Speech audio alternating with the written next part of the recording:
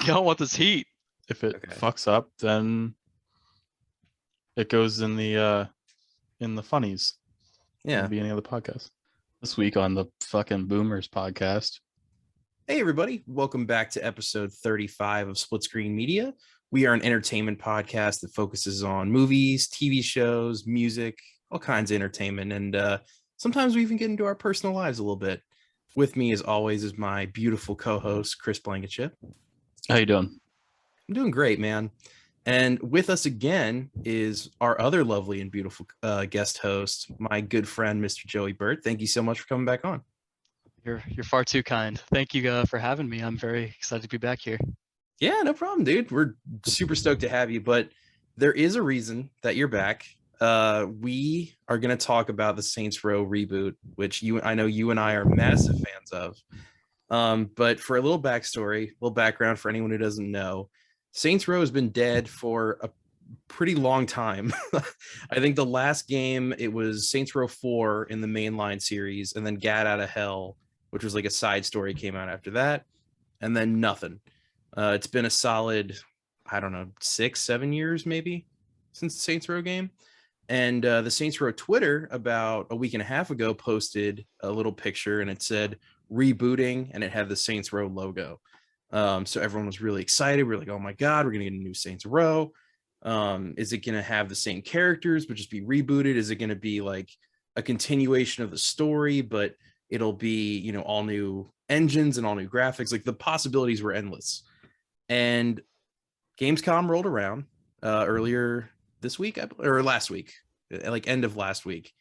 And we saw what was actually in store for us, which was a whole lot of garbage.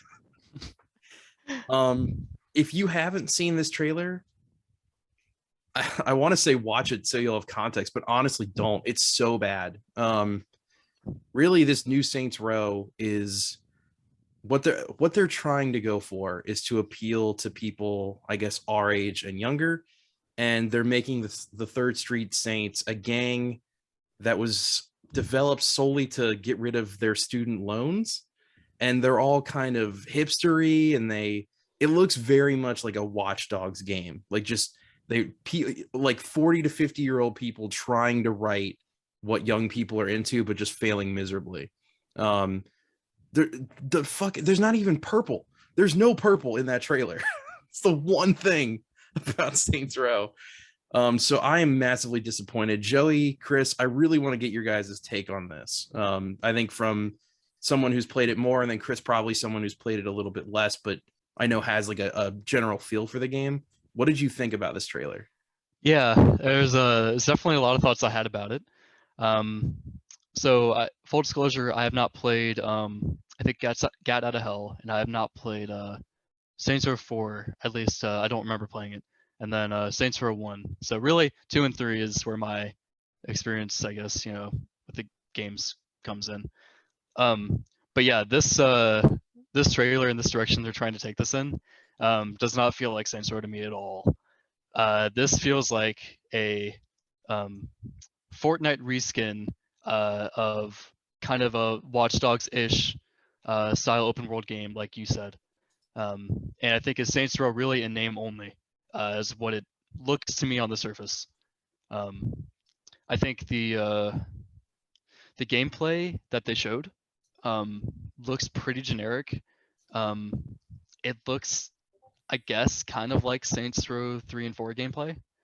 But really, you could kind of attribute that to, you know, kind of more look like Fortnite too. But yeah, you follow these kind of more hipster-ish characters. And the trailer made it seem like you play as one of them in particular, when in reality, no, you play as a character that you make, that you know, tune to yourself. But they actually had to come out and specify that because it was so unclear. So it was a complete mess, I think, in my opinion. I haven't played a Saints. I didn't play 4 or Gat Out of Hell. I played 3 way back in the day.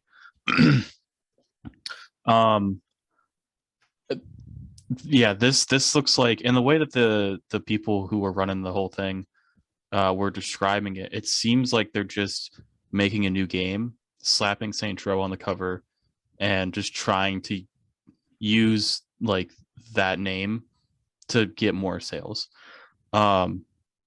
It doesn't seem like a Saints Row game. I don't even like how it's set in like this weird Western, like shouldn't it be set in a city? Southwest. Yeah. Southwest, yeah. Whatever it's being modeled after. I don't know. It doesn't look like it's going to be like, I don't know. Is it open world, like vast desert, like really good for a Saints Row game? I don't think so, in my opinion. Is that really going to be fun to explore? Is I think exactly the right question you're asking, because No. so far it looks like no. I mean, like it looks like in GTA 5, like the northern part of the map, Right. which is fun to explore. There's some stuff, but I mean, it looks like they're kind of just taking from that. I mean, I don't know how much you can innovate a fucking desert, or like I don't know, alien shit out there. I don't know what they're gonna put out there, but it's not like Saints Row-esque in my opinion. The GTA Yeah, I think 5. Oh, I'm sorry. Go for it. I was just gonna say, that's actually something I think is a little more interesting about it. I like that it's in kind of a different direction. But yeah, without having played it, I can't really say if it's gonna be fun or not. Right? But like with GTA 5, you made a good point, Chris. It had a lot of good exploration, I think, in that northern part of the map where it's just there's a lot of desert, there's some civilization like mixed in. So maybe they'll do something like that. Aesthetically though, I think it looks pretty good. Now I don't think it's Saints Row, but it looks pretty good. That's my complaint with it. Yeah, like the graphics look okay, but Chris, I think another thing with the GTA 5 comparison that you made that's pretty apt is that yeah, there was a giant desert up top that you could explore, but then when you were done with that, because it got kind of boring quickly, you went down to the city. Yep. And they knew that, so they built in both of these things. It was like best of both worlds. They're like, oh, well, if you want to go explore in a city and blow shit up there, you can do it here. And if you want kind of an open area to like see what goodies and secrets we hid, we have that for you here. And this doesn't really seem to be the case with this one. But going back to what you said, Joey, like trailer alone, this could, if this game ends up being the best Saints Row game ever, it is undeniable that this reveal trailer was awful. Even if the game ends up being amazing. I remember I was watching it during Gamescom because I saw it live, and they didn't tell you what the trailer was for. I had no context. They started Gamescom, they played this trailer. About halfway through the trailer, I'm like, wow, this looks really boring. I'm like, what kind of generic shit is this? And then at one point, a character drives by in a car and you see the Saints Row pin. And I went, oh no. Yeah. You're probably thinking, huh, this is like something from Epic Games, or it's like a Fortnite spinoff or something. Yeah, no, I thought it was a Watch Dogs sequel. Yeah. I thought they were gonna, or like DLC or something. That's literally what it felt like. I mean, there was a man wearing a giant neon cat head thing. Yeah. Which is exactly what they would do in that game. So I don't know. Yeah. One thing that I think they're trying to keep, it seems, is they're trying to keep these different gangs and like different like aesthetics of different, groups that you like fight in the game, right? So like they'll have like a bunch of I don't know, brutes that hit you with baseball bats. They'll have like, I don't know, cultists and stuff. They have like different groups of people, like kind of like in Saints Row 2, and I can't remember 3 so much, but like, in Saints Row 2, you had the Ronin, you had the other gangs that just had different like appeal and stuff like that. Yeah, it does seem like they're kind of doing that same thing here. I think the problem with this is that they're trying to go back to like, I'm not going to say a gritty thing, but they're trying to make it a little more realistic, I think, than what Saints Row 4 was. But the problem with that is that Saints Row has had this great escalation over the years. Like it went from, GTA knockoff with Saints Row 1, then it went to like goofy crime sandbox game with like some wacky elements. Then 3 was like a little bit more over the top, like more weapons, more craziness. And then 4 is just fucking bananas. It's like it's just shooting, absolutely balls to the wall. Yeah, it's just like shooting laser beams out of your hands and flying around a city, and like, I mean, it's absolutely insane. So I think that was kind of the perfect arc for that series to go. I'm not saying I loved every single game. Like, I didn't love 3, but I thought 4 was great. Yep. So going back to this and then having it be like a neutered version of it, because they said that they weren't going to have any of the humor that Saints Row 4 or Saints Row 2 was known for. They're like, none of that sort of edgy whatever humor is going to be here. It's going to be all about the characters that you care about. And I can't emphasize enough how angry that makes me. Like, you don't understand what Saints Row is. Yeah. Connor, I have a question.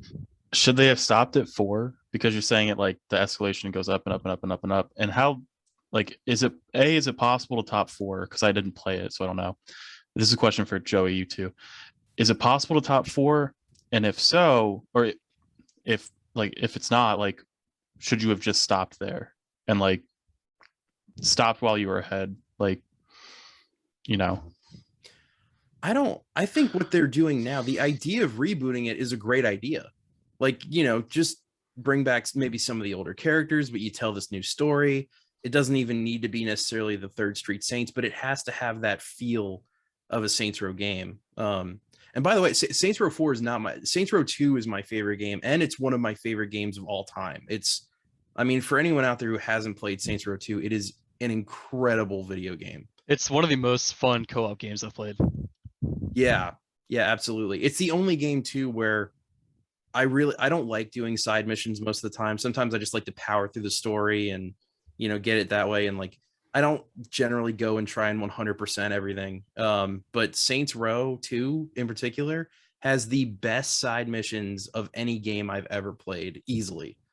There's one where you're like, someone's trying to lower the property value of a neighborhood, so you have to get a septic truck and spray poop all over the houses. There's another one where you're protecting celebrities from paparazzi, but in order to protect them, you have to like throw them into wood chippers and like throw them off of buildings and stuff. There's another one where you're in like a fight club thing, but you can bring in other weapons to just beat the shit out of people. Like, it's the most fun you can have in a side mission ever. Yeah, so back to your question, Chris, and Connor, I wholeheartedly agree with you, 100%. You and me have played a lot of Saints Row 2 together. Whether or not Saints Row 4 is like, if that path is sustainable, I guess is what you're asking. If can they keep going with the craziness? I think they could. I don't think anyone wants to see that or play it though. So if Saints Row 5 is you're the god of all space, time, and the universe, okay, because that's really the next escalation step from being the president, you know, of the country all the way up to the end of that game, right? Mhm. So I don't know. I think what this could have been though is either try to tell a new story and make it in the Saints Row universe, or you know, use the same characters, or just start a new IP, which this seems like to me. This seems like an entirely different IP, and just market it as from the creators of Saints Row. Yeah, and I mean, they tried to do that before with Agents of Mayhem, and it failed miserably. And that was supposed to be like their next iteration of Saints Row, because it was from the same guys who did it, but it had kind of the same gameplay mechanics, but it was a new story, and it had kind of this new idea of switching between characters and all this, but nobody played it. And I think they saw that and they were like, all right, well, let's go make the game that we want to make, that we think will be cool and that everybody will like. We'll slap a Saints Row logo on there and we'll call it a day, because that's a brand that people they love and are familiar with. And we won't have another Agents of Mayhem on our hands. So I really think that game failing changed the trajectory of what they were going to do with Saints Row. And I'm not a fan at all. I mean, I like, even just thinking about like because there was another trailer that came out after, which was sort of a developer interview thing. And I think I sent that in the group chat. I'm not sure if you guys watched it, but yeah, hearing Joey, then yeah, hearing them describe what they were planning to do just made my blood boil. Like, they were like, oh, well, these are characters that you'll want to bring into your family room. And, oh, they're so relatable because they have money problems, and oh, student loans are crazy, right? Like, it felt so fucking out of touch. it feels very disingenuous. and it doesn't feel true to the spirit of the original games. Yeah, no, I totally. I mean, the original, it was you becoming a low-level thug and rising up through the ranks to eventually own the Third Street Saints and part of Stillwater. Like it doesn't feel like, you know, oh, we're starting this because we have some debt. Just doesn't feel right to me. Yeah. They're not. Are they even the Third Street Saints? Like, is that even? I don't know. I think that yes, you do have your gang, right? And you're the leader of that gang, but it doesn't seem like it's a continuation of the Third Street Saints at all. Because it's not even like the same city or anything. Yeah, and without any of the characters or humor that made Saints Row what it is, I don't see there being another mission where I fling poop all over houses. Like I just that kind of quirkiness that really made Saints Row stand out. It just isn't going to be there. I can almost 99% guarantee you that. Yeah. Chris, with your I guess experience with you said Saints Row 3 or 4? 3. I didn't play 4, and it's been a long time since I've actually played a Saints Row game. I was gonna ask if you saw like any gameplay of like the new trailer, if it kind of like matched up to your expectations of what a Saints Row game would be, or if you know it kind of disappointed you. It was kind of disappointing. I don't know if I saw gameplay or maybe it was cinematic. I watched whatever trailer is like number one when you search Google.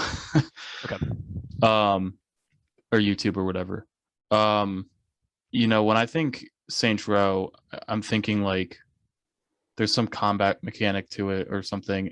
I don't think I saw that in the trailer. It was mostly them like doing different shots of like them in a car in the desert or whatever. I don't know. It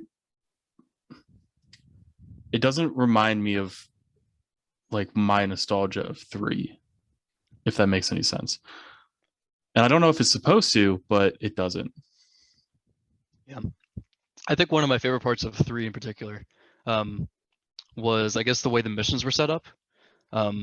Just in that they were very like, they were crazy and ridiculous, but they still made you feel like powerful, if that makes any sense. Like you still like, you had a lot of control over the situation and you were like a badass, right? That's ultimately what I think I enjoy the most out of Saints Row, is just that you feel like a badass. You can do whatever you want, right? And you're just in this ridiculous world where, you know, you're kind of in total control. There's also just like it felt like the developers were on your side with 2 and 3.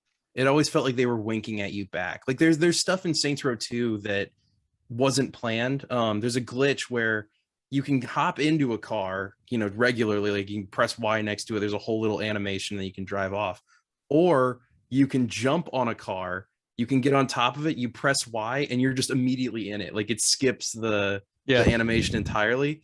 And that was a glitch, but they left it in there because it became a part of that game. And the same thing in 3, like once you get your first apartment, like you can walk all the way down to the door, you can go down the elevator, blah, blah, blah, do all this shit. But they knew that it was quicker to just jump off the building. So they let you do it. They let you just jump off and then go to your car. And like, it's stuff like that that makes it memorable. And it's stuff like that that's like quirky and weird and sort of gives it this edge of like, we're right there with you. Yeah. And this feels like the Steve Buscemi fucking like, how do you do, fellow kids? Like right. It doesn't feel like they're actually there with you going through this experience. Yeah. Is this the same like game studio and developers and stuff that made the other ones? Yeah. Yeah, it's Volition, and I guess it's not THQ because they're gone, but whatever absorbed them, I guess is now part of it. But interesting that it's different then. I mean, I guess it's been a while, so maybe you have different developers and different people in charge, but so I think the overall kind of response to like the trailer and like the stuff they've been putting out is kind of negative. I don't think it's overwhelmingly positive. So I guess I'll ask Connor, what would make you willing to play this game? Because it doesn't sound like you want to play this game. I know I don't want to play this game. I can think of like a couple things that would make me interested in wanting to play. But what are some things you would think would be good? Well, the one thing that I thought they were going to do, and maybe they just hadn't told us yet, was bringing back old characters. So like maybe if you had a save from a previous file, like that character would come in or something, or you could, create a character who would eventually come back, who was supposed to be your character from Saints Row 2, 3, and 4, and 1. Or they would bring back like Shaundi or Pierce or Johnny Gat.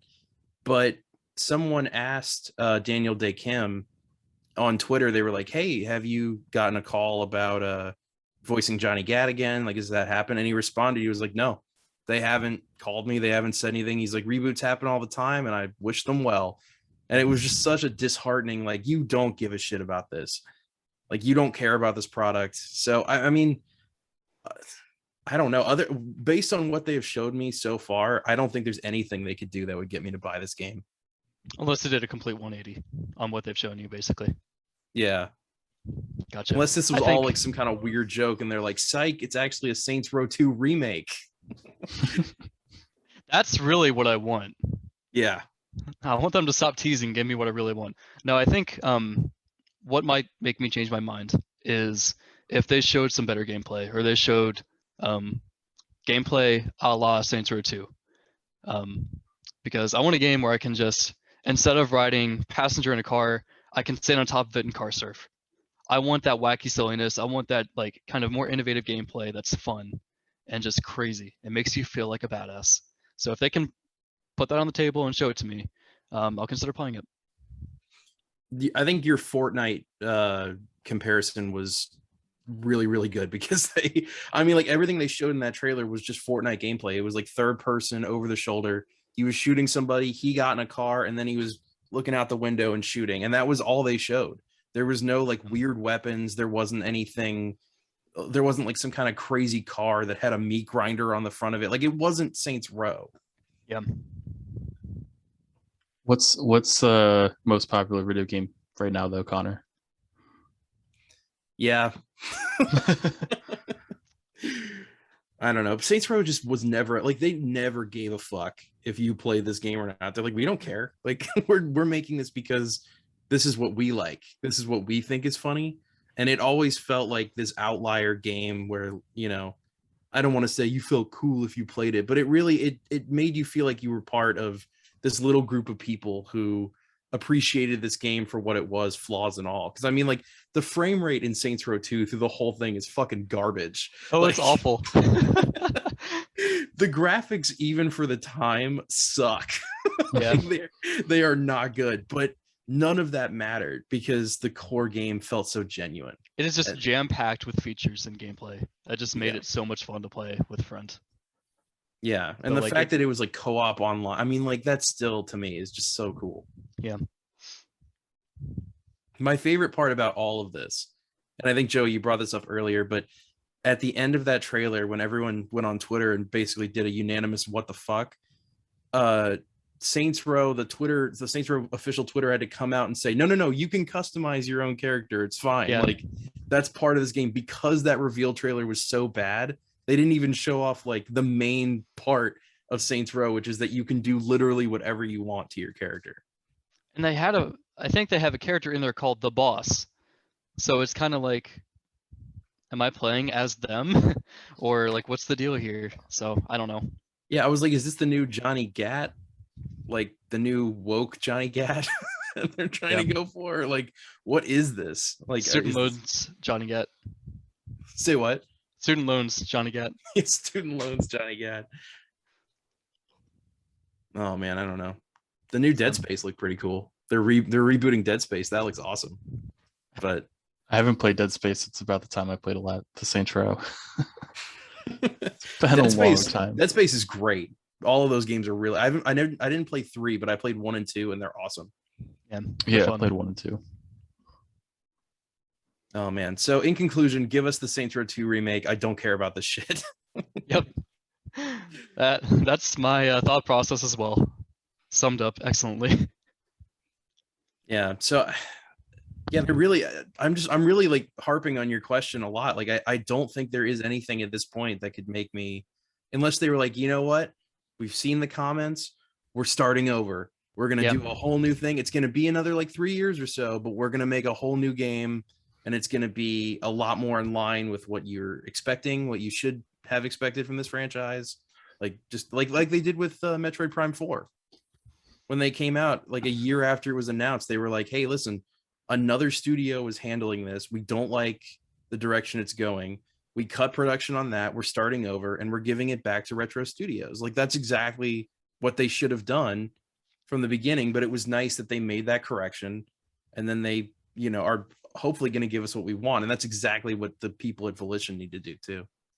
I was gonna say it comes out in 6 months, so that is, if they're gonna do something like that, the release date's gonna get pushed back, which is fine. Like people have patience and will wait for a good game, but I think with the release date so soon, they should be polishing it by now and like getting it ready to ship in the next couple months. So yeah, it's not like and their development cycle is so different from something like Rockstar, which spends 6 to 8 years on a game, and then they have multiple studios working on it. So I mean, we're probably not even going to get Grand Theft Auto 6 for at least 2 years, probably 3.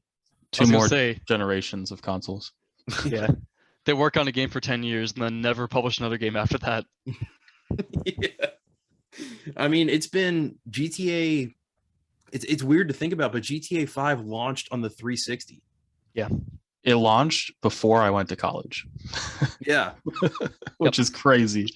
No, because the version that we played in college was the updated Xbox One version. Yeah, we played it my freshman year of college in my dorm. Do you remember that? Fucking doing the hacks and shit. That was so much fun. GTA drinking games. If you guys are going into college, or I don't know, you just want to have fun, those are fantastic. We didn't drink when we were in freshman. Maybe we were just drunk. I love that Chris is trying to just completely deny. Underage drinking. Whatever. Fine. Yeah. It's fine. No, you weren't. You were 21. Yeah. We'll just say allegedly. That way no one gets in trouble. Allegedly. Yeah, this is we always speak in hypotheticals here. Yeah, absolutely. This didn't really happen. We totally didn't get fucking blasted and then play Grand Theft Auto. No, I mean, Joey, you and I played Grand Theft Auto 5 in high school, like when it was still on the 360. I think we did, yeah. And I remember that we played over Christmas one year, and we were in a hacked lobby, and they gave out like all this money, and immediately went and bought like attack helicopters, tanks, everything I could. Oh, it was great. Yeah, it was Christmas Eve, and this guy came on. He was like, "Hey, Merry Christmas, guys," and just dropped 10 million in our bank account each. Yeah. Oh my god, we had so much fun.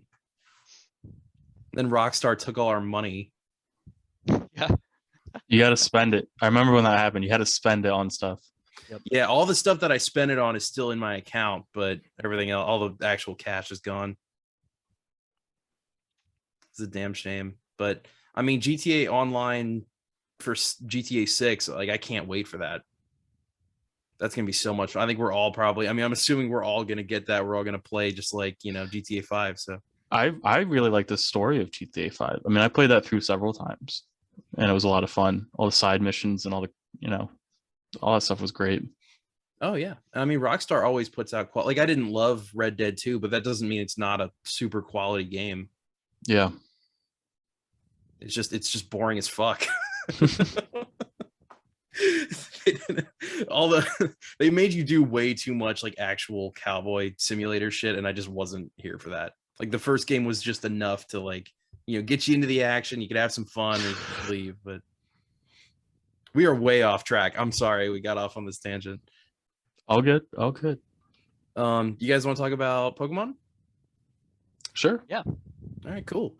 Yeah, so this was a little while ago. It's probably like 2 or 3 weeks ago at this point. But Pokemon did a basically like a Nintendo Direct Pokemon Presents type thing, and they showed off stuff for Pokemon Unite and some of the mobile apps and all that. No one really cares. But what people were really excited about was the Pokemon Arceus trailer, hopefully showing like a little sequel. Yeah, the Pokemon Arceus trailer, and then the Pokemon Diamond and Pearl remake trailer. And do we want to start with the Diamond and Pearl stuff? Just knock it out real quick. Here, I'll knock out the shit nobody cares about. Yeah, Pokemon Unite's going to mobile. If you link it with the Switch, you get Zorora. Most people have that anyways. Yeah. If you play Unite, they're gonna throw Mamoswine and Sylveon into Pokemon Unite at some point. Yeah. The game's broken, but Unite is Cool. actually pretty fun if you guys haven't tried it yet. Yeah, it's definitely cheesy. Yeah. It is a lot of fun though. If you have it on your Switch or coming to mobile. I don't know if they gave a date for mobile. It was like September 22nd, 23rd, something like that. Okay, so in a month or two, couple weeks, whatever. Pokemon Cafe Mix Remix. I don't know a soul who gives a shit about this. Oh, thank God. It's I've been about playing time. Pokemon Mix like an asshole. Is it like it's just Candy Crush Pokemon, right? Candy Crush Pokemon, yeah. Okay. And then Pokemon Masters EX is celebrating its 2-year anniversary. Cool. Pokemon Go is its 5th year anniversary. Cool. They had a special event. It's already over. Connor, I you're still missed it playing. entirely. Oh, did I'm you? the only one that plays. I don't play religiously, but I'll turn it on every once in a while. Like if I go for a walk, I'll turn it on, try to catch something real quick and turn it back off. Okay. Yeah. Anyway, the shit nobody cares about. Yeah, exactly. And then Brilliant Diamond, Shining Pearl, and Arceus. Those are the big things. So yeah, let's talk about Diamond and Pearl. Yeah, so Diamond and Pearl showed off a lot new. A complete overhaul of the graphics in terms of the battle system, like when you're actually in combat, and some of the like overworld stuff as well. There's a lot better lighting, shadow effects. They added like this bloom that looks really nice, a little more cartoonized. Just a pretty clean look. I think Joey, you and I were talking about how we don't like the chibi art style. I think that comes from them trying to be like, okay, this is how it looked on the DS. Let's try and make it look kind of similar to that, but I think it ultimately just looks bad. Yeah, I think they did a good job of translating from like Ruby to Omega Ruby, and I guess the other remakes it did as well. I think the look for me it does not translate that well. I don't know why. And in the actual like battle animations and stuff, you look like a normal trainer, just like the other games. But in the overworld where you're walking around and stuff, you have that chibi form, and so does everyone else, and it seems inconsistent with the game. And it also does not look good, in my opinion. Yeah, no, I would agree with that 100%. Again, comparing it to the trailer from March, it's night and day in terms of the graphical overhaul. Like it looks so much fucking better. I agree. Yeah. And then some of the other like points that they wanted to bring up. There's a couple things that were cool, but like sort of expected. You can customize Pokeballs with stickers. You could sort of do that before. The competitions are coming back where you can have beauty contests, and you can do like a weird Dance Revolution type thing, which is kind of new. But what was most exciting to me, and what I loved most about Gen 4 in general, is the underground, and they're bringing that back, and it's multiplayer again. And instead of just digging for diamonds and all kinds of minerals and stuff, you can build your secret base, and whatever Pokemon you put in there will affect what Pokemon now appear down there as well. So you can find little rooms that have randomly generated Pokemon. And I think that's probably going to be like the new way to shiny hunt. That's probably going to be like the new meta for that. So they're called hideaways, I think, is what they said. And it could be, you could have like a better chance for shinies, but they said that there are going to be exclusive Pokemon only in the hideaways, like that you can only catch in the hideaways. Mm. So you might need to have like, I don't know, a Pikachu in your secret base to go find to unlock a hideaway to find Voltorb, and that's the only place you can get Voltorb in the game or whatever. Yeah, I'm guessing it's not like if you put a Pikachu in there, only Pikachu appear. I think it's going to be like you said, No. a status thing. Well, I think they had in the trailer when you were walking around, they had several different Pokemon like out there. Like they had, I want to say like an Onyx and something else. I don't know. Yeah, but that is what I'm most excited for in this game. I spent countless hours on my DS, like getting all the diamonds and stuff, decorating the base, and the fact that they're bringing that back again with multiplayer, and it's going to be this whole new system where there's actually more stuff to do down there.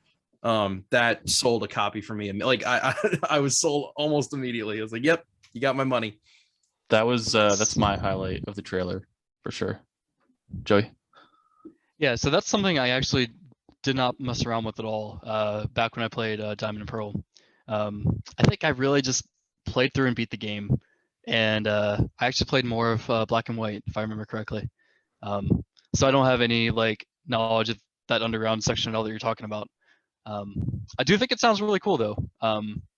And to kind of relate a little, I did so much customization and messing around with the hideout or your base in Ruby and Sapphire growing up. That was so much fun. Yeah, this is essentially that, except it's a whole area that you can explore underneath the region. So it's like all these underground tunnels and stuff, but it's the same thing essentially. Yeah. But yeah, that was really, really exciting. It comes out. Oh, sorry, what, Chris? I was gonna say it comes out November 19th, so kind of soon, 2 months or so. Yeah, this is gonna be a good one to play on the go. I think all the Pokemons are really good when you can just pick up the Switch and take it with you. Yeah, a couple things here and there. Yeah, playing Sword and Shield on the train. That's pretty much not the only time I played it, but that was a great way to kill time. Yeah, absolutely. And speaking of Sword and Shield, the next game we're going to talk about, I think, feels like what Sword and Shield should have been, or maybe was like prototyping, because Sword and Shield has this thing called the Wild Area, which is the hands down the best part of the game, where you can go and explore, and there's like this big wide open area, and there's tons of Pokemon going around. And if you're not powerful enough to fight those Pokemon, they don't take them away. They just like, they fuck you in the ass, and then you got to run away.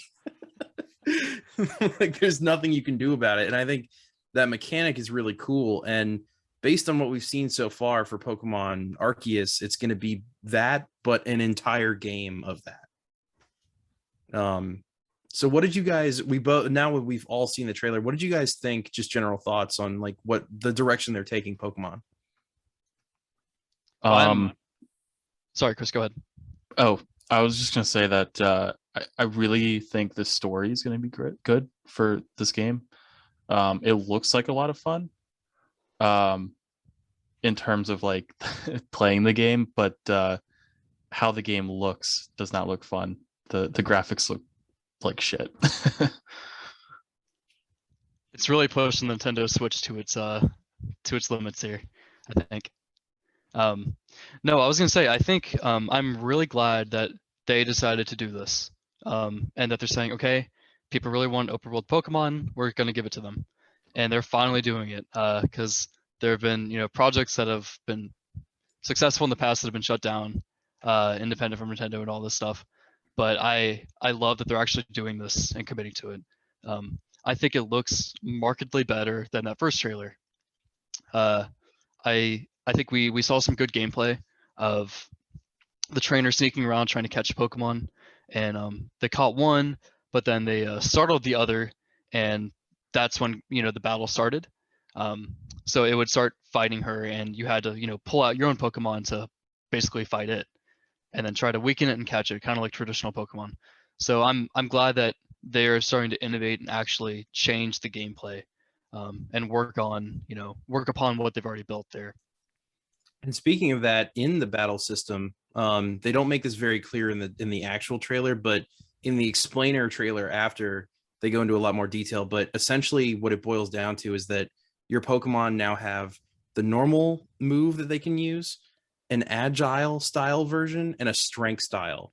And basically what that means is that your Pokemon, if you decide to do agile, it can go twice in a row, or it can just change up, maybe even like 3 times, depending on how much speed it has, but the move will be significantly weaker. So you kind of have to build up your Pokemon in a way like, oh, all right, well, I can hit a couple times of this Pokemon, maybe switch it out. and then come in for the kill with the other one, or I can switch back to strength style and use this other move that it has. So I think it's going to open up a lot of options in terms of gameplay. I like that they're allowing that creativity, and I'm sure there's going to be meta compositions you can run with. You probably want speedier Pokemon if you're running with an agile method, versus like strength or whatever. I think that's really cool. I'm glad they're doing that versus Dynamaxing. Oh my Dynamax god, is so yeah. stupid. I'm gonna try and stay off Reddit for when I get this game, and avoid like the all the strategies and stuff. I feel like that's ruined a lot. Like Pokemon Unite, having that, I don't know what you call it, like best move set, item set thing for all the Pokemon kind of like ruined it for me, where I don't get to like try and find that out myself, what I like best. It's just like, here's the meta, here's what's the best, here's how you own, and go rinse and repeat this every game you play. Yeah, no, I totally agree with that. And difficulty in general has also been a problem with Pokemon games recently. And I saw an article not 20 minutes before we started recording that said one of the leakers said that this will be one of the hardest Pokemon game in recent memory, which I'm very excited about. Like Pokemon has been lacking challenge for 5 years now. It's been a while since any Pokemon game has been difficult. I don't think Pokemon games are that difficult in general. Like, obviously, you don't want to black out or get knocked out, but when you do, like, you just lose some money and you go back to a previous checkpoint. It's not like but you do have to, like, there are some parts we have to have a little bit of skill to progress, or grind. So it's just, I hope that exists and it's not just like I think you said this earlier in an earlier podcast. It's just like rock paper scissors simulator. Yeah, I hope it's not like that. I think that one benefit of Pokemon being really easy is that it has kind of given way to Nuzlocking and these challenge modes that people will just start playing. They'll see that, okay, I have all these items, I have these X items, I can just make my stats really good in combat, I can just revive all my Pokemon. Nuzlockers are like, no, I'm not doing any of that. I'm not going to overlevel either. I'm going to go in the game, and if Pokemon dies, they're gone for good. So I think making your own fun in a game is a really unique thing that isn't really very widespread. So Pokemon is one of the few games I can give that credit to. I could see the argument where you don't want it to be challenging because it needs to appeal to a younger audience that might need that hand holding or maybe a little bit easier. But then you can also have it where people do like the Nuzlocke challenges or I don't know, speed running or whatever the heck you're doing with Pokemon and make it a little bit more challenging. It's gotten a little ridiculous in recent years, though. I mean, like, you have to think we were kids when we played Gen 1 and 2, and those were the hardest gens, I think, of any of the Pokemon games. And Pokemon Go literally only made you play with one hand. Like, that's how late. Like, I walked through that game in my sleep. It was so boring. Not that I didn't have fun with it, but, like, there was... When your Pikachu can learn every type of move, and it's 20 levels over every other Pokemon, it just stops being really fun. Pokemon Let's Go, to clarify, right? Oh, what did I say? You said Pokemon Go. Oh, I'm sorry. Yeah, Pokemon Let's Go. Yeah. I was going to say, Pokemon Go can be pretty difficult if you're trying to pull off the excellent spins. Yeah. It's all about that dexterity, Yeah. You see a 3-star, like, shiny Groudon, you're trying to catch it, run out of Pokeballs. It feels bad. When you don't catch something in that game, you feel so shitty about yourself, like, as a person. Yep. Oh my god. But yeah, no, there's been a lack of difficulty. So hearing them being like, hey, this is going to be, a little more Breath of the Wild, like, hey, here's the fucking world, go explore it. And whatever happens to you, I think that's really cool. I think it's really cool. I never played Breath of the Wild, but I'm going to assume there are, like you said, in the wild area, there's areas that you can stumble upon that maybe you shouldn't if it's like earlier in the game or something. Yeah. Absolutely. And you're gonna be like, oh shit, I need to get out of here and come visit this when I'm a little stronger or a little bit more progressed in the game. Well, another thing in Breath of the Wild that they're doing here, there's this thing called a blood moon, Chris, and essentially what it was is the moon would turn red and all of the enemies would drop better stuff, but they were way more aggressive and they were way harder. And it looks like from that trailer they're doing the same thing. Like Arceus sends a bolt of lightning down and it causes all the Pokemon to have red eyes and make them more aggressive. I'm like, you're literally just doing Breath of the Wild, and I'm totally fine with that. Like, this is the game that everybody wants to play in Pokemon. Yeah, and I think that makes it so, like, say you are maybe end game ish, you might need that difficulty multiplier, I'll call it, from the lightning bolt to kind of finish out the game and get, you know, whatever you're like, the better Pokemon or better items or whatever. Yeah, I mean, one of the best things, not to go back to Metroid immediately, so I'm sorry, but one of the best things about Metroid Fusion is that you find out that there's, I won't spoil it for anyone who hasn't played it, but there's an enemy that's hunting you down. And in the game, you're the director who's feeding you all the information. Their advice to you is to run. Like, don't fight it, don't go after it, fucking run. And for most of the game, when you see this thing, all you can do is run away from it.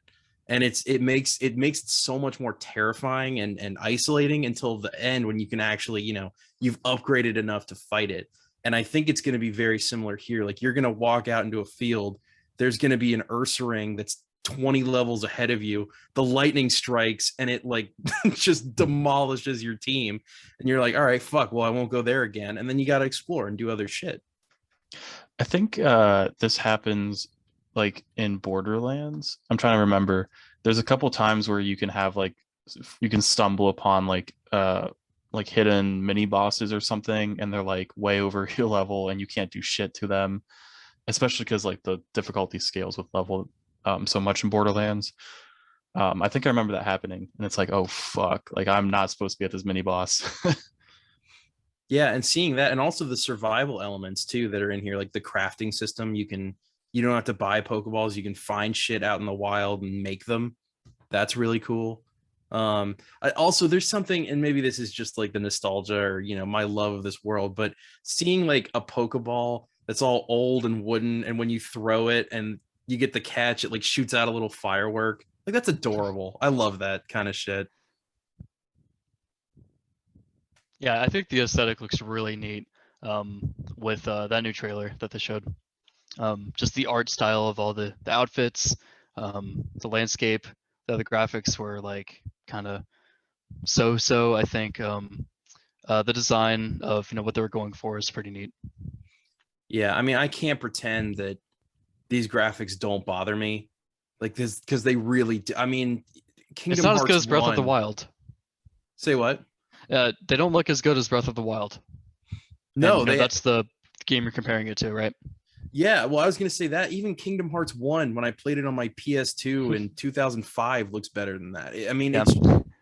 it's kind of pitiful. And Joe, you brought up an excellent point about the Switch. It's just, you know, at this point, it's such old hardware that, you know, it's not even as powerful as a base Xbox One. So the stuff you're going to be able to get out of it is next to nothing at this point without sacrificing a lot of graphical quality. Yeah. So yeah, I think I'm excited for it though. I'll buy it and play it. It comes out January 28th, and you can pre-order it right now. I think I did. I know I shouldn't pre-order games, like, but I was really Connor. excited. I don't know. I'll always love. I mean, we're as old as Pokemon. You know, that came out in 95. I was born in 95. So I've literally grown up with this franchise. So, you know, no matter what happens, I feel like I'll always play the games. Yeah. Yep. Are you gonna get the new Palkia Switch Lite? Absolutely not. I see what they were doing. I mean, they were trying to make it look like the DS, which had the exact same pattern on it. But I don't even understand what a Switch Lite is for. Like, we had this conversation before. Like, they're like, it's portable and it's a Switch. I'm like, that's what the fucking Switch is. It's portable. What is this thing? I don't know. I don't get it. But the other game I wanted to talk about from Gamescom, going back to sort of the Saints Row thing, is a game, Joey, you said on a previous podcast was your most anticipated game of the year when it was supposed to come out, and that is Lego Star Wars: The Complete That's right. Saga. That's right.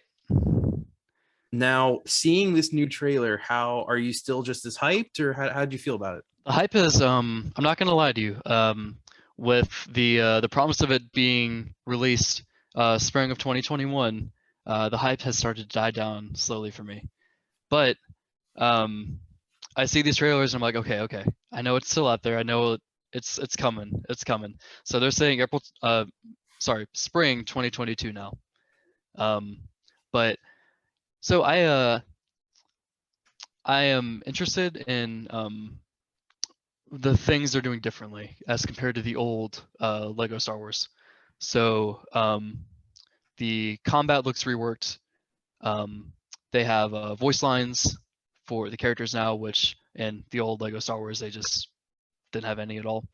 And it's literally 9 movies of content in one game. Well, more than that, I guess they're going to be doing Solo and Rogue One too. I think. I hope. So yeah, I'm still very excited for it. I think the trailer looked pretty good. I'm still finding it a little bit awkward with the voice lines. So we'll have to see kind of how that fits into the game itself. I think I mirror your thoughts exactly. The only thing that I would say too is that a lot of the gameplay that they showed off looked pretty unfinished. It was kind of stuttery and there was a lot of popping. I'm like, I wonder if that's going to be in the final version or not. I'm assuming no, and this was just a very early build of the game. But yeah, I'm still pretty excited for it. I agree with you though. I don't like the voice lines at all. Yeah. I think there's Go ahead.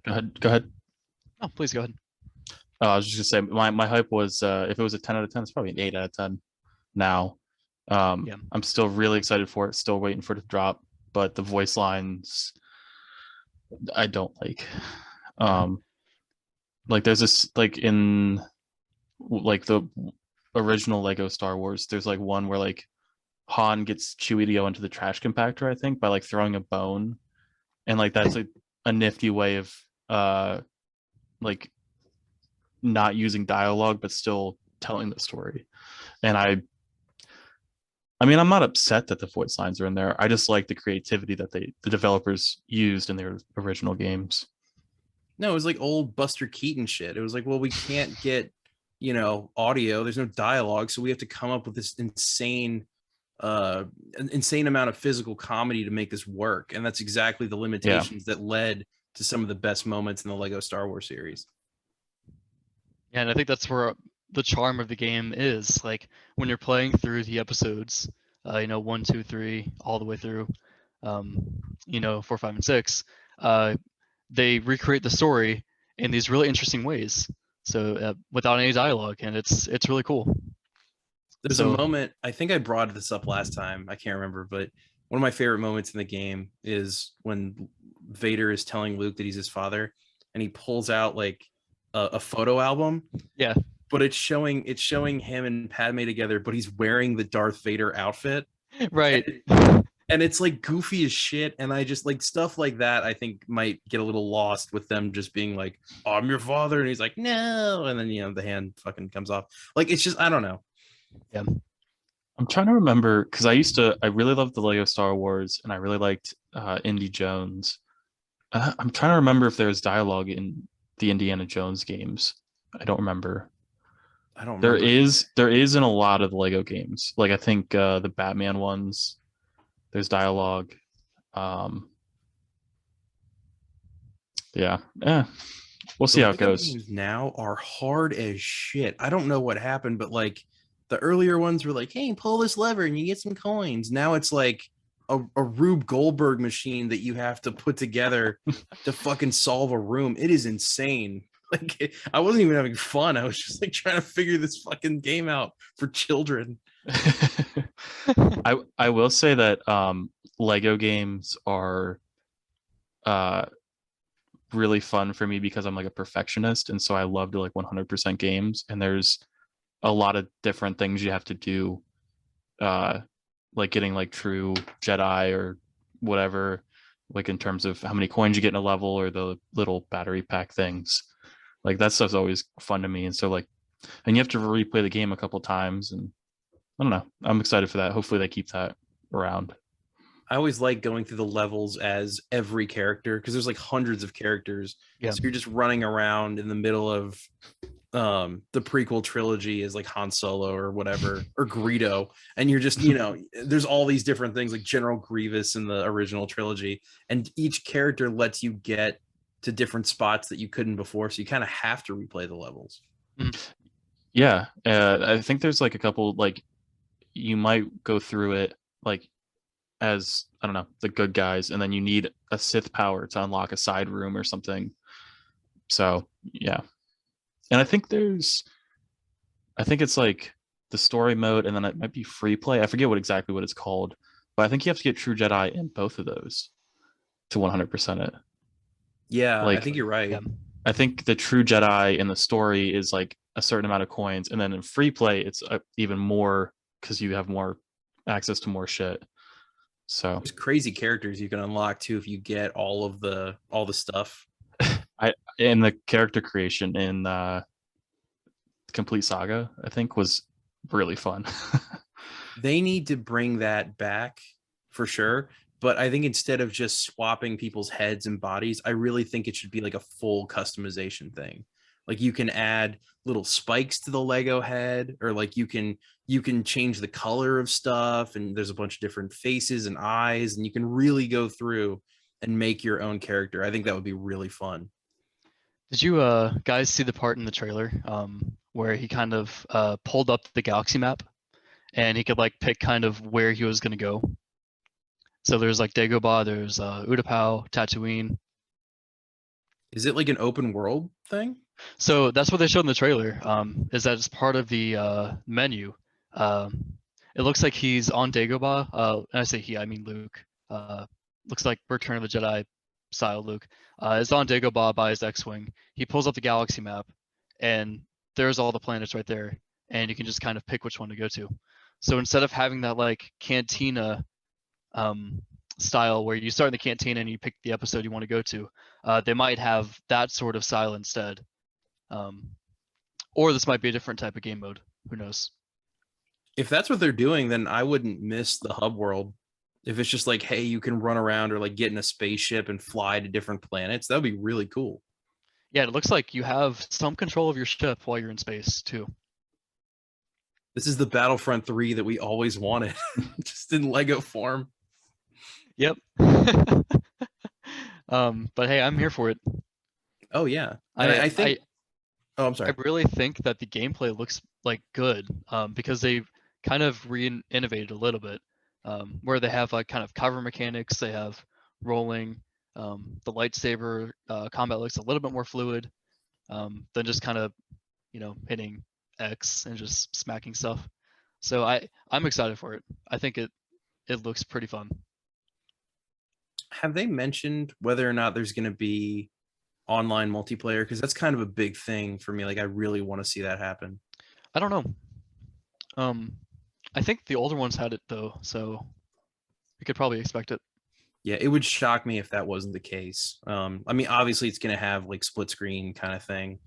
I'm looking. It looks like online co-op not supported, local co-op 2 players, like how the old games were. Okay. Wow, that is a huge blow to my excitement if that's true. I just looked at the first website I saw. So okay. I mean, I'm sure if they haven't really said anything yet, so I wouldn't be surprised if that's like a placeholder. Yeah, let me I don't know when that article was published. Yeah, if that's true, that is a massive bummer, because that was really one of the things. I was like, people aren't, at least in my immediate circle, we aren't close to each other, so be real physically close to each other. So it would be nice if we could do an online co-op thing where we all jump in a lobby and run through a couple levels in Lego Star Wars. I know. I think it was a placeholder. I think nothing's been confirmed is the correct answer. Okay. Yeah. I would be surprised if that was not an option. Yeah, I would too. But yeah, it looks like it's on the Switch. It's on PC. It's on PS5, PS4, Series X, Xbox One. Now we gotta decide what we're gonna get it for, like what everybody has. Yeah. I mean, I guess if it's on computer, that might be easiest, but I'm probably gonna get it on console, one of the consoles. I'm definitely not getting it on Switch. It's gonna run like ass. Yeah. No, probably. Is it on? It's on PS5. Yep. That might be the one. Oh yeah, then we can do that then. Joey, do you have a PS5? No, I have not been fortunate enough to find one, but I haven't been looking. So Gotcha. I know one has you not said- fallen into my lap yet. You said new God of War comes out and you're buying it, right? Oh, day one. I'm there. I'll sell everything else I have for God of War 2. I'm so excited. I need to play through 1. I've only done like part of it. You really need to. Chris, what time are we at right now? About an hour. About an hour? Okay. Do we want to briefly mention our thoughts on the new Kanye West album, and then we can go into recommendations? We can. I have a question before we talk about that. Did you go and see Candyman? I did not see Candyman. Okay, then we won't talk about that. Was there like a news article that you saw or something? No, I was just gonna get your general thoughts on it. But Gotcha. Yeah, I think I might go said see it you this weekend, might. but okay, we might see it. It's Labor Day weekend. oh, then we could definitely talk about it next podcast. Yeah, I mean, it looked semi-interesting. it's yeah. I don't really care for horror movies too much, and I might see this one. Just we'll see. It depends on what it is. Like, I was actually excited to see all the Jordan Peele stuff after Get Out, because I thought Get Out was so good, and then Us was kind of poopy, and I was like, oh, maybe his new one's gonna be called Nope, and I think it looks kind of like a play on social media, but there's like maybe aliens. It was hard to tell from the teaser, but you know, he has that like socially conscious, you know, he likes to work in those kind of modern themes, I guess. Apparently there's some modern themes in Candyman that some people don't like, but I want to watch the movie before I speak on that. Yeah, I think they made it a lot more racially charged than the first one, but again, I haven't seen that, and I haven't seen the new one, so I can't really speak to it. Yeah. But yeah, we can get into Kanye's new album and then recommendations. Yeah, we can just do quick thoughts. Chris, what did you think overall of this album? Well, I haven't listened to all of it. When I first listen to an album, I'll listen to it like the songs in order. This album is just so fucking long. It's like 2 albums in one. So I'm like halfway. Songs, for anyone who doesn't know. Yeah, and it's so long, and a lot of these songs don't resonate with me. That's how I'll put it. I actually don't have a song that I want to listen to again that I've heard yet. I think this and Kanye's last 2 albums just don't land with me. So I don't know. Last 2 being, what was it, Yay and Jesus is King. Jesus is King, yeah, and Yay. Those one and this one. I couldn't agree more with you. Yeah, no, this album, what's weird to me is that this album feels like it's trying to do a lot of what Life of Pablo did, where the Life of Pablo kind of sounded a little unfinished, but with that album it was like really raw and kind of felt like, yeah, fuck it, we're gonna get it on the first take. Whereas this one just feels like a bunch of B-side demos that he wasn't done with. Like it feels unfinished. Unfinished is like the number one adjective I would use for this album, because that's how it feels. Like God Breathed or something like that. One of the earlier tracks doesn't even have drums. It like, and that's how a lot of these tracks feel. It's just unfinished. No, for sure. It's every song I've heard so far has been like a bass that's like doom, doom, doom, doom, doom, like that, and then it's the organ like blam, blam, blam, and that's every fucking like. There's no other instruments at all. Can I make It a feels like request? the most basic skeletal outline of a song. It's just fucking boring, and him limiting himself to only talking about things that relate to his religion, like, first of all, I'm not crazy about that in general, but it also limits his creativity so much when he puts himself in that box. Like Jesus is King and this both have that fucking problem. Yeah, Joey, what's your request? My request was you guys need to get a soundboard just full of Connor making noises like that. That's a great idea. Just play on demand. Yeah, I don't know. For a track that was named after his mom, it just didn't have the feeling that it should have, in my opinion. Yeah. I don't know. Also, I kind of think his whole thing where he was like, oh, the studio released it before I want, I think that's kind of bullshit. I think he saw some of the backlash, the initial backlash, and was like, fuck, I gotta figure out why, like some kind of excuse. Did you see Jail Part 2 is out now? When it first dropped, or within the first couple hours, like I first saw it dropped at like 11 a.m. It dropped at 8 a.m. on Sunday, because Kanye is trying to take you to church. Or I don't know, you listened to it in the car on the way to mass. Yeah. I listened to it, I don't know, whenever I woke up on Sunday, because I'm a demon child and I don't go to church. Jail Part 2 was grayed out, and now I guess the label or whoever has released it, and it's controversial because it has the baby on it, who's gotten a lot of flack lately. So it's out. I listened to it. It sucks. If you don't want to support the baby, it's not worth the stream. That's No, what it's I'll say not. about it. By the way, speaking of jail, you and I think, had a moment on this. I don't like Jay-Z to begin with. I think he's so fucking overrated. His verse on that song is garbage. It is straight fucking trash. Yeah, I'm not a fan of it. I've seen some people online that actually liked it. I can't stand it. He's like, we're back with Hove and Yeezus, just like Moses and Jesus. It's fucking terrible. It's like Dr. Seuss rhyming. I'm like, dude, can you, there's not a lot of beat here, but can you at least flow on it? Like, Jesus fucking Christ, you've been doing this for 20 fucking years and your wife is still so much more talented than you. Fuck you. Oh my God. Dude, Jay-Z makes me so mad because everyone's like, oh, fucking king of rap. I'm like, he's not that good. I don't share the same sentiment, but I don't think his verse was very good on I that. don't know why I got so angry. Spiciest of takes from Connor Yeah. verse. Sorry, Jay-Z. You seem like a nice guy.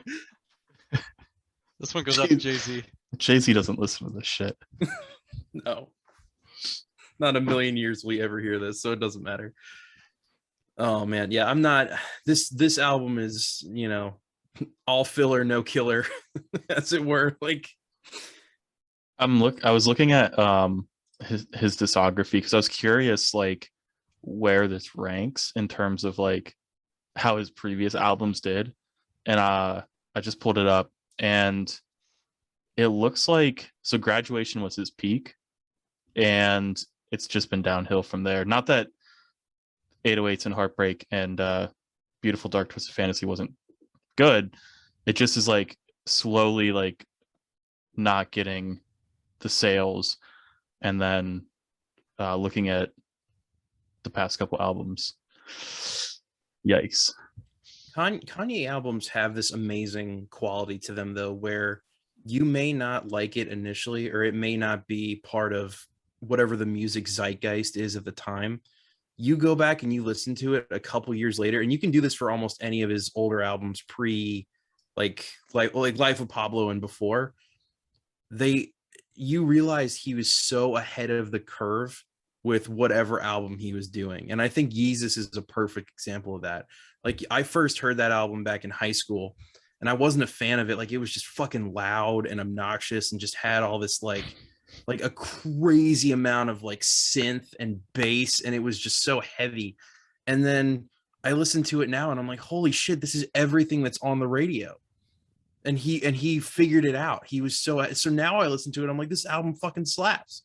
So his albums have that quality, and I wonder if in a couple years we'll be listening to Ye and Jesus is King and Donda, and we'll be like, holy shit, this is he was so ahead of his time.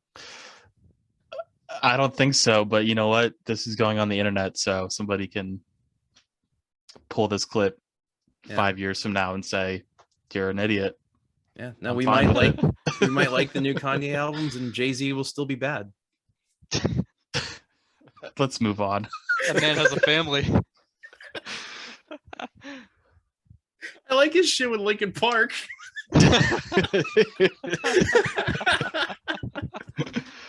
No, I don't think he's terrible. I think he's way overrated. Yeah, do we want to get into recommendations? Sure. Okay. Oh man.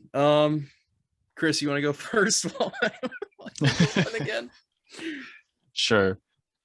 My recommendation this week is Trip at Night. It's Trippie Redd's album that dropped a week prior to recording this. Way better than Donda, way shorter than Donda. If you have to pick a couple songs, Matt Hardy, Danny Phantom, trying to come up off the top of my head. I might have to look at it. I really like that Juice WRLD song. Is that Matt Hardy? I think so. Yeah. Danny Phantom is the one with X. I'm gonna pull it up just so I can. Matt Hardy's the one with Juice WRLD. Rich MF is really good. That's got Lil Durk and Polo G. And of course, this isn't working. I don't know. Those are the top three, probably off that. So that's my recommendation. Nice. I guess I can do mine. This is kind of obscure, and not obscure, but like not a lot of you guys are probably going to do this anytime soon, or have done this in the past couple, however long. But we had a yard sale at our house, and I don't know. I'd recommend doing that if you got a lot of shit that you don't, it was a fun experience because I got rid of a lot of shit that like I'll never use, and you meet a lot of people in the neighborhood who are super friendly, and you usually get like a decent amount of money for things. I mean, sometimes like you put stuff out for $1 and people are like, oh, 50 cents because they're, shitty. But sometimes you have actual good conversations with people, and like you kind of negotiate a little bit, and I don't know, it feels like you're in a Turkish bazaar fucking bartering all your shit away. Like, I don't know, it's just fun. So that's my recommendation. If you have a lot of comment shit about that. Christine actually found a neighborhood not too far from where we live that was pretty much having an opt-in type yard sale where the entire neighborhood was encouraged to try to sell some stuff, and we just kind of drove around from house to house trying to find different yard sales. That was pretty fun. No, it's super fun. My brother and I are actually going to do that this weekend because I told him the story about my greatest find at a yard sale ever, which was when the DS was still popular, like when you could still buy a new one in the stores, the DS Lite, and it was like $130, I think. Yeah, there was one at a yard sale, and it was this older grandma, and she was like, oh, my grandson went away to college and he doesn't really use this, and I'm not sure if it works, so $5. And wow. I was like, sure. I knew it worked. Like I had another charger at home, and I was like, these things don't fucking break, like it'll be fine. And I plugged it in, and sure as shit, it worked, and it was like the best find ever.